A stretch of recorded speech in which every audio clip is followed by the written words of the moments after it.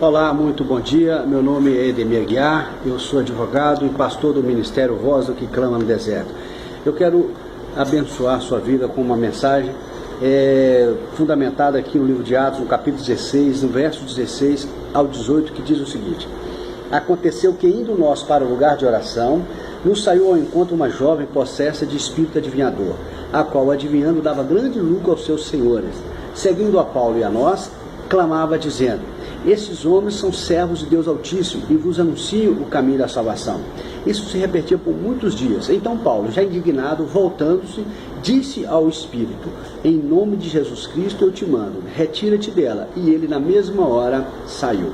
Queridos, o objetivo dessa mensagem é contribuir para o seu crescimento, contribuir com o seu discernimento, o seu aprofundamento na palavra de Deus. Eu tenho visto aí pelas redes sociais pessoas até bem intencionadas, pessoas que têm fé, que creem, que no fundo têm uma sede de compreender acerca da palavra de Deus, que nada mais é a vontade de Deus revelada ao homem, né, declarada ao homem, mas que têm se incorrido em graves equívocos, né, têm elaborado em erro.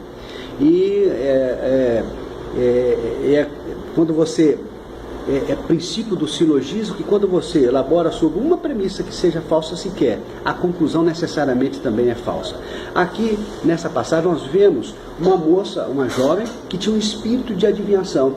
E essa mulher, movida por esse espírito, declarava com relação a Lucas e Paulo, né, e os demais apóstolos que ali estavam, que eles eram duas coisas: que eles eram filhos do Deus Altíssimo e que anuncia o caminho da salvação. Ora, qual o problema que havia nessa declaração? Qual o vício da qual essa sentença padecia? Aparentemente nenhum, porque na verdade não tinha na aparência nenhum vício mesmo. O vício era de fundo, né? O vício era mais profundo, e era tão profundo, querido, que só depois de muitos dias que Paulo discerniu a mensagem subliminar que escondia ali por trás daquela declaração.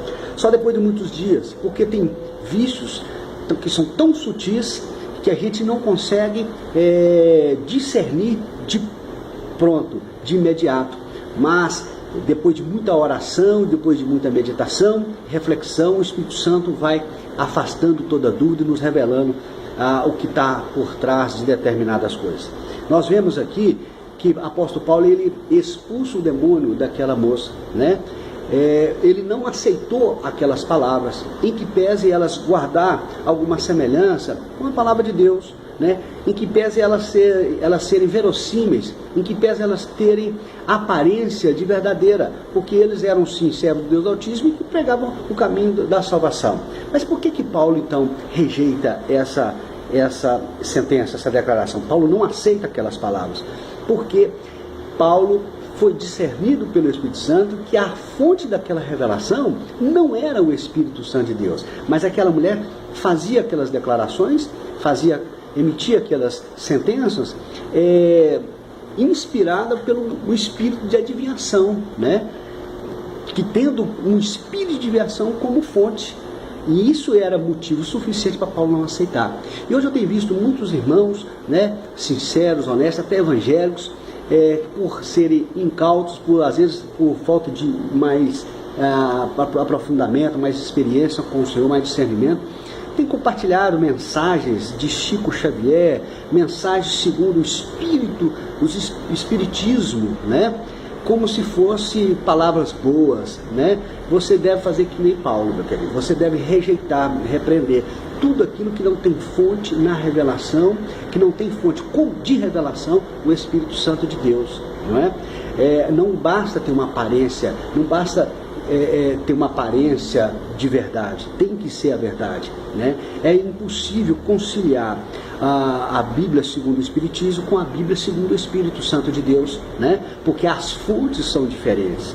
Eu sugiro a você então que você não aceite, não interiorize, não assimile, repreenda, rejeite, descarte tudo aquilo, não só o Espiritismo, mas qualquer outra doutrina que não tenha no Espírito Santo a sua fonte de revelação. Apóstolo Paulo então, ele declara, ele repreende aquele demônio, ele não aceitou aquelas palavras. ainda que elas fossem bonitas, ainda que elas fossem verossímeis, ainda que elas fossem aparentemente inocentes, mas ele não aceitou aquelas palavras.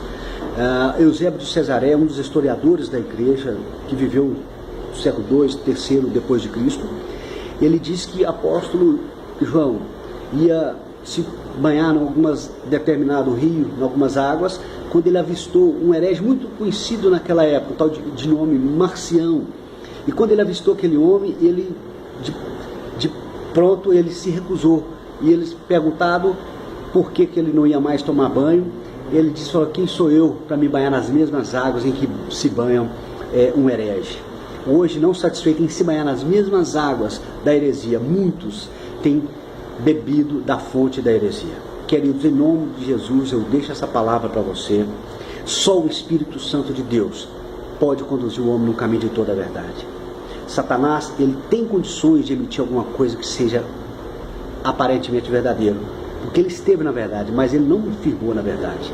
Ao fim e ao cabo, aquilo levaria apóstolo Paulo, se eles não rejeitassem, ao caminho da perdição.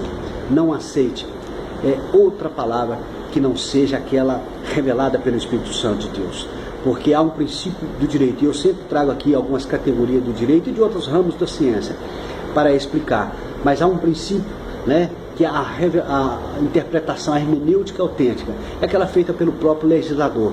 Aquela sim é considerada a interpretação autêntica. E quem é o legislador da palavra de Deus? O Espírito Santo de Deus. Logo, a conclusão necessária que nós podemos chegar, a única hermenêutica, a única interpretação